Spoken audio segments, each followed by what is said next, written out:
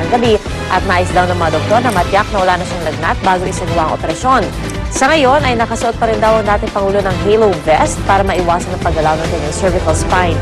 Tiniyak naman ng mga doktor na hindi dahil sa naunang impeksyon sa kanyang unang operasyon ang dahilan ng kanyang lagnat. Samantala, ibang balita naman tayo, nagsimula na pong gumulong ang negosasyon sa pagitan ng Moro Islamic Liberation Front o MILF at gobyerno ng Pilipinas. Sa isang pribadong kwarto sa isang hotel sa Kuala Lumpur, Malaysia, naganap ang pulong. Makailang ulit na raw nagaganap ang ganitong mga pagpupulong sa Malaysia noong mga nakaraang administrasyon, pero kumpiyansa ang mga negosyador na makakamit na ang inaasam na kapayapaan sa Mindanao ngayon. Pangunahin sa agenda ng pulong ang pagtalakay sa counter-proposal ng gobyerno sa hiling ng MILF na isailalim ang Bangsamoro region sa tinatawag na sub-state. Sinabi ng MILF noon na gusto nilang palitan ang ARMM ng isang Bangsamoro sub-state kung saan idaragdag sa mga lalawigang hawak nila ang North Cotabato, Lanao del Norte, Cotabato City at Palawan. Napag-usapan din sa pulong ang tungkol sa estado sa MILF ni Ustads Ameril Umbracato na isinasangkot sa ilang insidente ng kidnapping, panununog at pagpapasabog sa Mindanao. Pasadahan na po natin mga maaksyong balita sa ating Ronda Reports.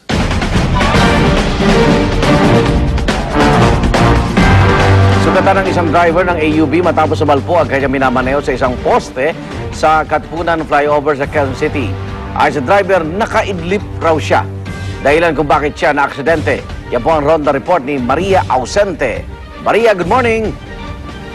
Magandang umaga, Igan. Naabutan nga ng GMA News na sugatan itong si Rogelio Toledo nang matapos bumangga ang sinasakyan niyang Tamaraw FX na may plate number UNV960 doon mismo sa pundasyon ng poste sa kalagitnaan ng Katipunan flyover sa Quezon City bandang alas 12:20 ng madaling araw. Pauwi na daw si Toledo papuntang Montalban, Rizal, pero ayon sa kanya, nakaidlip daw siya, Igan, at di napansing umakyat na pala siya sa center gutter ng flyover saka bumangga ang kalahati ng harapang bumper sa pundasyon ng poste. Sabog ang goma nito ng sasakyan niya at wasak din ang windshield. Ayon kay Toledo, sakay niya daw ang dalawang anak niyang dalaga pero di na niya pinangalanan. Dinala na daw ang mga ito sa ospital.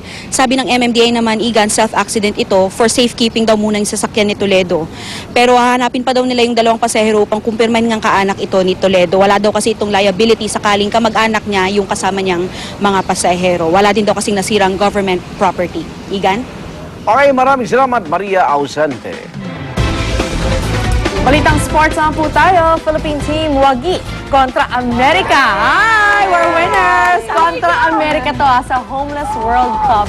Tanda ng kalaban nila. Sa Paris, France, tinumba ng Philippines ang Amerika sa score na 4-3 na nagbigay sa Pilipinas ng standing na 2-1.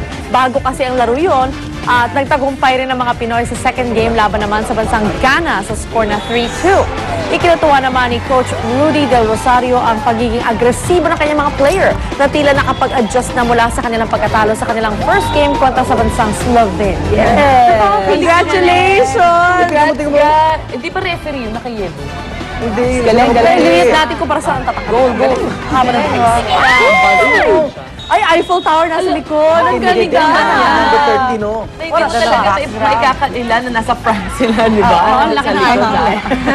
Kasi yung size pala ng field nila, parang football kalye yata siya kasi maliit siya. Parang indoor. Oo, parang ganun.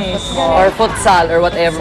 Maliit siya. Pero nakakatuwa dun sa Paris. Actually, pag nakabus ka lang, tapos umiikot-ikot ka, nakikita mo dun sa mismo mga grassy area nila, may naglalaro May na naglalaro agad. talaga.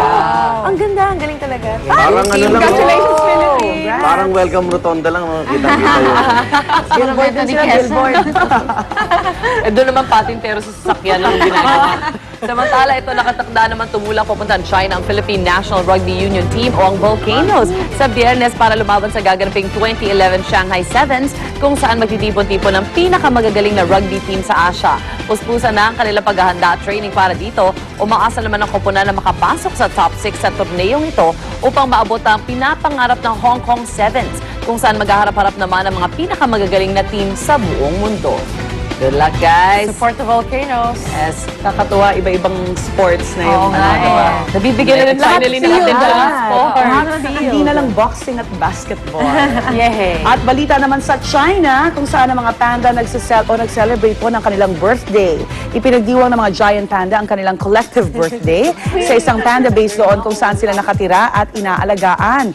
Nilagyan ng heart-shaped cards birthday ang mga puno sa lugar at naganda rin ng ice cakes na gawa sa bamboo, apple, carrots at banana para sa mga panda. Nakiselebrate naman ang may daan-daang mga tao mula pa sa iba't ibang lugar para sa espesyal na okasyong ito. Mukhang sa wild yan, ah. Ay, ang galing Di ba nga mo na itsura niya? Grabe palang magalit yan. No? Yun na nga. Animal talaga. Cute na cute pero wild. Ang Kaya kanain daw niya yung Huwag gahon. gagaling na lang dapat kayo, oo. Happy birthday! Happy 1,812th birthday, Parang everyone. invitado kayo. Yan lang pala, happy na sila. Oo nga. Ito naman po sa Japan, kung saan hindi na lang po si Hello Kitty ngayon ang sikat. Ngayon po kasi pati ang cute cartoon character na si Doraemon. Nasa museum na rin. Oo nga. Baka nandiyan si Luana. Sa isang museum, kasama ni Doraemon ang iba pang gawa ng kanyang creator na si Fujiko Fujo na may 50,000 items ang buong collection na maaari ng pasyalan mula sa September.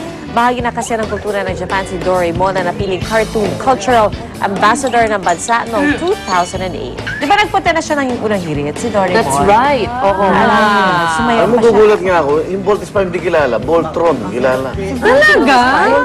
Japan din yun. China, hindi naman. Hindi lang Maling bansa. Passenger C, kilala nila. Messenger si Ranran, kilala nila. Sino? Si Ranran Candy. Ano ba? Kami ni Arnold. Alam ko ba kayo ko, si Watari. Yung batang warrior na may isang mata. Watari. Tsaka si Shintaro, yung kilala nila. Si Shintaro, artista yun, di ba? Valdez. Okay. Ah. Okay. Bago ngayon yung Naruto. Kasi tapos. Naruto, diba? Okay, para sa... Naging free siya sa isang